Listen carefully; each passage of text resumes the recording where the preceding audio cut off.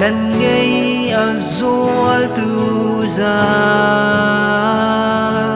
kan lam khun e du mi ton than lan tiang zum te liam giao câu se ngày nát đi cha nom na cả tình lâu nâng lâu chu cần luôn hốt sát na si really đang sáng cần khăm hân se nát ni khô y đang mắn se nắng lòng na si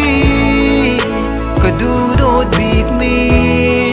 toàn lại đi sung hà kỳ cần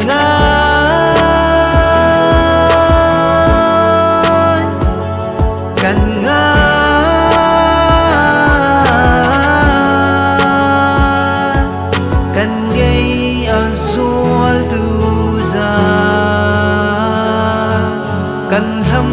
khun e du mi ton than lan tiang zum te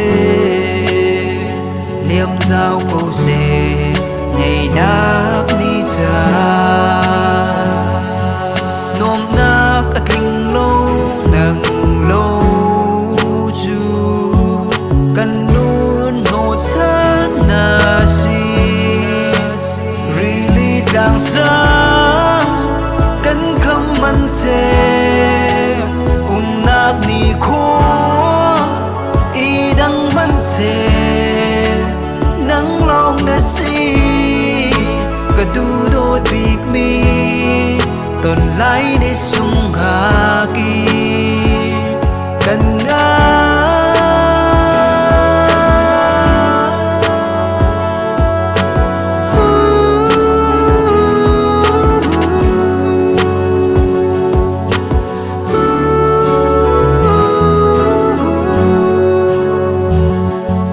kan ngây azul tu